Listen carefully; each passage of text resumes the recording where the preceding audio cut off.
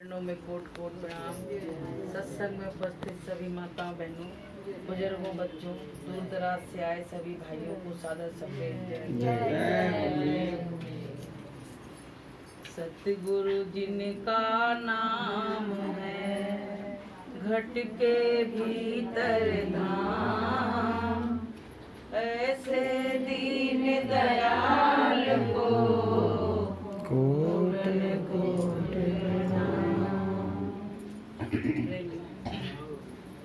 गुरु महाराज मंच पे विराजमान हैं। आपको हम छोटी सी घटना बताएं। मेरी अभी तबीयत बहुत खराब हुई, 15 दिन हुए करीब हम पड़े रहे बिस्तर पे। तो परसों के दिन हम खड़े हो गए यहाँ पे। जिनको प्रत्यक्ष दर्शन करना है आस कर लेना, मालिक हर समय इस पे बैठे रहते हैं। तो हमको एकदम से नजर मेरी टकरा गई। बहुत बीमार थे, आपको बताएं, खाट पड़ी रहती थी, दिन भर उसी पे पड़े रहे। तो मतलब फिर हम रोने लगे। लेकिन गुरु महाराज, इस खाट पे तो हम रात में ही आके लेटते थे, दिन में कभी हम लेटते भी नहीं थे। ये ऐसा क्या हो गया? हाँ, भीतर आया, नहीं सुनाई दे रहा था। भीतर आया, मतलब ऐसे हैं जो कुछ खराब। तो मालिक दया क्या करें। तो क्या हुआ, मेरी नजरें यहाँ जो मम्मी बहन जी बैठी यहीं पे हम खड़े हुए, यहाँ से पूरी नजर से नजर टकरा। तो हमें ऐसा लगा गुरु महाराज ने कह दी कि तुम उठ के खड़ी हो जाओ, सब ठीक हो जाए, सब ठीक हो जाए। और ऐसी ताकत दी हमें कि हम 10 बजे तो वहाँ पहुँच गए। मेला ग्राउंड हुआ आए थे तिवारी की, तो वहाँ पहुँच गए। पूरा दिन हम वहाँ रहे और वहाँ से हम आए तो एक अलग तरह की शक्ति, ताकत सी बढ़ती हमारे अंदर। हमने कही अब न जी खाट और ना कुछ, हमने कही इस पे हम लेटे, इस पे आते ही, इस कमरे में आते ही, और वहाँ जो कुछ हमारे अंदर था सब वहीं बैठे बैठे हमने ये नहीं सोची वहाँ तिवारी जी महाराज आए हैं। हम तो वहाँ अपने मालिक का ही कि मालिक आते हैं, ऐसे होता है, मालिक मंच पे आएंगे, सब हम वही आइडिया लगाते रहे बैठे बैठे। तो इतनी बड़ी दया कृपा हुई कि आपको हम क्या बताएं। हमें अपनी बीमारी का कुछ पता ही नहीं है कि बीमारी कहाँ से आई और कहाँ से छूमंतर हो गई। बोलिए प्रेम से। तो कहते नहीं है, दुख में मत घबराना पंछी, दुख में घबराने की जरूरत नहीं है। गुरु हमारा दूर नहीं है, हमारी एक एक बारीक से बारीक बात को गुरु जानता है। हम बिस्तर पे पड़े रो रहे हैं तो क्या गुरु नहीं जानता है? गुरु सब जानता है। लेकिन गुरु महाराज ने क्या कही कि बच्चों, हम तुम्हारे कर्म कटवा रहे हैं, हम तुम्हारे कर्म कटवाने के लिए संसार में तुमको लाए हैं, और कर्म नहीं कटेंगे तो हमको फिर आना पड़ेगा, कि फिर जन्मना, फिर मरना पड़ेगा। तो जब कर्म कट जाएंगे, जब हम बिल्कुल पाक साफ हो जाएंगे, तो फिर हमको यहाँ नहाना पड़ेगा, न ये संसार को हमको छोड़ के जाना पड़ेगा। तो दुख तो आते हैं सत्संगियों पे भाई, वो काल के देश में रह रहे हैं, वो घसीटता है हमको। और आपको एक बात बताना भूल गए, उस दिन हम रात में जब लेटे तो बड़े बड़े 2 आदमी आए, लंबे लंबे से। तो हम क्या कह रहे, वो हमको दिख रहे और हमको कोई पूरे घर में नहीं दिख रहा है। तो हम क्या करें, भाई लड़के के कमरे में नहीं चले जाए जी। तो हम बस ये कह रहे कि मनु के कमरे में नहीं चले जाए, और देख रहे हैं। और देखते देखते वो हमारे पास तो वो आ नहीं पाए, और देखते ही देखते हम कह रहे जब गेट बंद था तो ये आ कहाँ से गए, पहले जी बताओ। अब ये बात मेरी समझ में नहीं आई, मेरी काफी तबीयत उस दिन थोड़ी बिगड़ी थी। तो देखो, काल का बहुत बड़ा पहरा लगा हुआ है, दयाल का जीव है फिर भी वो झपट रहा है। वो सोच रहा है कि ये इसका विश्वास गुरु में कम हो जाए और हम इसको अपने शिकंजे में सीट लें, वो ये चाहता है। लेकिन विश्वास होगा कहाँ से कम? गुरु ने दिन रात वही पाठ पढ़ाया, दिन रात हम लोग वही पाठ, सोते जागते उठते बैठते उसी का नाम ले रहे हैं, तो विश्वास कहाँ से कम हो जाएगा? उधर गुरु की दया काम कर रही है। तो प्रेमियों, काल और दयाल में बड़ी टक्कर मची, और जो ज्यादा साधना करेगा, आपको देख लेना, और ज्यादा गुरु के काम में भगेगा, वो निश्चित उसको काल पटकेगा, बीमार करेगा, उसको तमाम तरह की परेशानी देगा, घर में परिवार में तमाम तरह की उलझने देगा, जिससे ये जीव दूर हो जाए और एक कोने में जाके बैठे, इसकी बेलू बखत खत्म हो जाए। तो प्रेमियों, ये सब हम लोग ऐसे छत्र छाया के नीचे बैठे हैं जो हमारा अब काल बहुत दूर से देख तो सकता है पर हाथ नहीं लगा पाएगा कि भला बुरा जो गुरु भगत तो कबहू न नरके जाए, कभी नहीं नरक जा सकते, इतना विश्वास रखना मन में। तो प्रेमियों, हमारे गुरु महाराज सच्चे और हमारा रास्ता सच्चा। मुसीबत आएंगी, आंधी आती है, लेकिन जो पेड़ वैसे होते हैं मजबूत वो नहीं उखड़ते हैं और छोटे छोटे उखड़ के बन जाते हैं, उनकी लकड़ी जला दी जाती है। ऐसे जो कमजोर दिल के व्यक्ति हैं तो वो तो एक कोरोना जैसी बीमारी आई, तमाम सिमट गए। तो अपने गुरु पे पूरा भरोसा रखो। गुरु हमारे लिए एक नाम रसायन ऐसी चीज दे दी है जो हमारे अंदर, जैसे कोई रसायन बटी खा लो ना तो स्वास्थ्य सही हो जाता है, ऐसे ही प्रेमियों वो नाम रसायन हमारे अंदर ऐसा घुल रहा है, धीरे धीरे धीरे धीरे घुल रहा है और वो हमको इतना मजबूत करे दे रहा है। तो गुरु महाराज कहते बच्चों तुम मौत से नहीं डरो, मौत से डरने की जरूरत नहीं है, तुमको तो काल पे विजय प्राप्त करना है, काल पे विजय प्राप्त करना। और जो काल पे विजय प्राप्त करने का काम अपन लोग कर रहे हैं, ये जो साधन भजन हो रहा है काल पे विजय प्राप्त करने का काम हो रहा है। वो काल के यहाँ जैसे आपको हम बताएं, अपने घर में कोई आ जाए वैसा तो तुरंत कुचर पुचर मचने लगेगी कि अरे भैया वो आ गया, अब उसका चलेगा, अब हमारी क्या चलेगी। ऐसे ही काल कहता अब तो सतगुरु का पहरा लगा हुआ है, भैया मेरी कुछ नहीं चलेगी, हम तो यूं ही भाग दौड़ मचा रहे हैं, मेहनत कर रहे हैं पर मेरा होने वाला अब कुछ नहीं है। तो गुरु महाराज ने कहा था कि बच्चों कि गुरु कहे करो तुम सोई और मन की मता चलो मत कोई। आपको हम एक छोटी सी दृष्टांत देते हैं, कहानी बताते हैं। एक व्यक्ति था तो गुरु के संग अपने जा रहा था, तो रास्ते में भूख लगी तो गुरु ने कहा कि भिक्षा मांग लो जाके। तो कहने लगा हमको भिक्षा मांगना नहीं आता, हम कैसे मांगेंगे।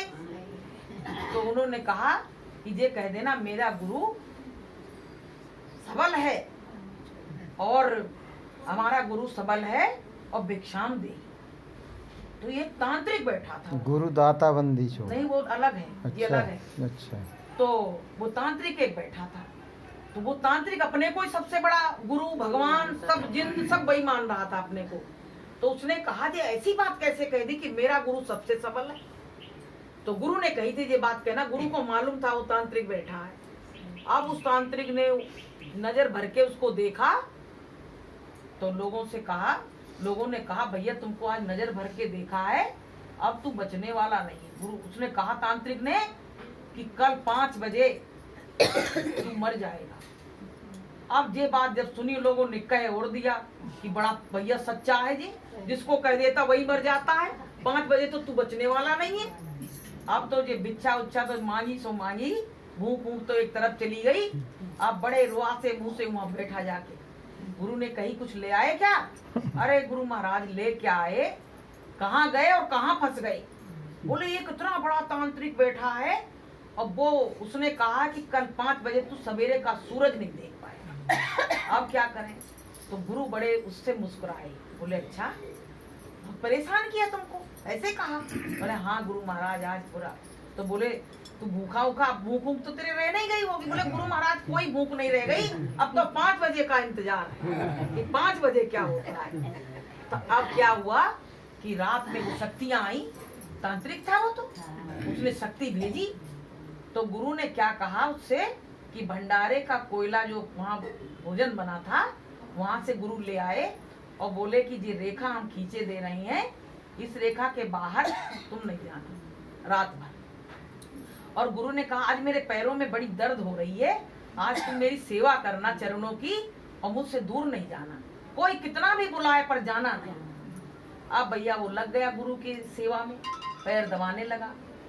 एक औरत का भेष धर के उसकी माँ बन के आई, अरे बेटा तेरी ये दुर्गति आश्रम में हो रही है, तू वहाँ कितनी अच्छी तरह रहता था, खाता था, पीता था, और तेरी गुरु ये दुर्गति करा रहे हैं कि रात रात पैर दबा रहे हैं और ये भी नहीं कह रहे कि सो जा जाके, आजा बेटा मैं अपने सीने से तुझको लगा दूं। अब उसने पहले तो सोचा कि हम मेरी मौत तो आई नहीं, मेरी माँ आ गई तो दर्शन कर ले, लाओ सीने से लग जाए। लेकिन उसको फिर वही गुरु की बात याद आ गई कि गुरु ने कहा था कि मेरे चरणों को छोड़ के जब तक मैं नहीं कहूं तब तक जाना नहीं। अब भैया उसने जब देखा तो बोला तुम माँ यही इसी के अंदर आ जाओ, और मैं गुरु के चरण को छोड़ के नहीं आ सकता। तो अंदर आए तो भस्म हो जाए, वो लक्ष्मण रेखा खींची हुई थी। तो बोली मैं तो नहीं आ पाऊंगी बेटा, लेकिन तेरे पिता से कहूंगी तेरी बड़ी दुर्गति हो रही है, अब तेरा पिता आएगा तुझको लेने के लिए। तब तक एक भेष धर के दूसरा तांत्रिक आ गया, कहने लगा तुझको धन माया सब देंगे और तू लक्ष्मण रेखा से बाहर आ जा और तुमको हम ले चलते हैं, गुरु को सोने दो। उसने फिर सोचा कि जब माया मिल जाएगी तो हमको फिर यहाँ रहने की जरूरत क्या है, हम तो बढ़िया मौज उड़ाएंगे, चले। जैसे उसने पैर छोड़ने की बात सोची, वैसे ही गुरु ने आंख खोल दी। अरे करवट ले ली, अरे गुरु जी कुछ नहीं, पैर दबाने लगा। फिर तीसरी ओर आई भेष धर के, बोले तू रेखा के बाहर आ रहा कि नहीं आ रहा है? परीक्षा ले रही थी। परीक्षा ले रही, रेखा के बाहर आ रहा कि नहीं आ रहा, मैं तुझको वहीं से उठा लूंगा। वो तो बहुत गुस्सा में आया, तो उसने कहा तू यहाँ से तेरी हिम्मत हो तो उठा ले जा, पर मेरा गुरु जब तक नहीं कहेगा मैं नहीं उनके पैर छोड़ने वाला। अब तीनों शक्तियां चली गई वापस। अब जाके उस तांत्रिक से कह रही कि तुमने किससे पंगा लिया है? तुमने गुरु से लिया है, जो सच्चा गुरु जैसे अपने गुरु हैं। बोले सच्चे गुरु से पंगा लिया है, वो तो गुरु के चरणों में लिपटा बैठा, उसको कोई नहीं मार पाएगा आज की डेट में, चाहे कोई उपाय कर लेना। अब जब गुरु जगे, सुबह हो गई, 5 बज गए, तो गुरु ने कहा कोई आया था क्या रात में? अरे गुरु महाराज 3 लोग आए थे मुझको बुलाने के लिए, पर मैं नहीं गया। तो गुरु उसको ऊपर से नीचे तक देखे, वो मुस्कुराने लगे, कहने लगे बेटा जो गुरु की आज्ञा में रहता है और गुरु के चरणों को छोड़ के कहीं अन्यत्र नहीं जाता है, उसकी गुरु 24 घंटे रक्षा करता है और उसको बाल उसका बाल बांका नहीं कर सकता है। तो बोलिए प्रेम से। तो प्रेमियों हमको सबको अपने गुरु को छोड़ना चाहिए, चाहे कोई कुछ भी लालच दे, लेकिन लालच बुरी है। लालच तो में आ गए तो मौत का फंदा है, फंस जाओगे तुम, लेकिन गुरु जैसी चीज तुमको मिलने वाली नहीं है। कि गुरु मिलने से झगड़ा खत्म हो गया, गुरु मिलने से झगड़ा खत्म हो गया, खत्म हो गया रे, खत्म हो गया, खत्म हो गया रे, खत्म हो गया, गुरु मिलने से झगड़ा खत्म हो गया, स्वामी मिलने से झगड़ा खत्म हो गया। तूने वादा किया था गरीबों में, तूने वादा किया था गरीबों में, तू तो माँ की गोद में भूल गया, तू तो माँ की गोद में भूल गया, गुरु मिलने से झगड़ा खत्म हो गया, स्वामी मिलने से झगड़ा खत्म हो गया। देखो गुरु महाराज ना मिलते तो जो दुनिया के जे पूजा पाठ जे पेड़ पूजो, वो देवता पूजो, लेकिन गुरु महाराज मिल गए तो मेरे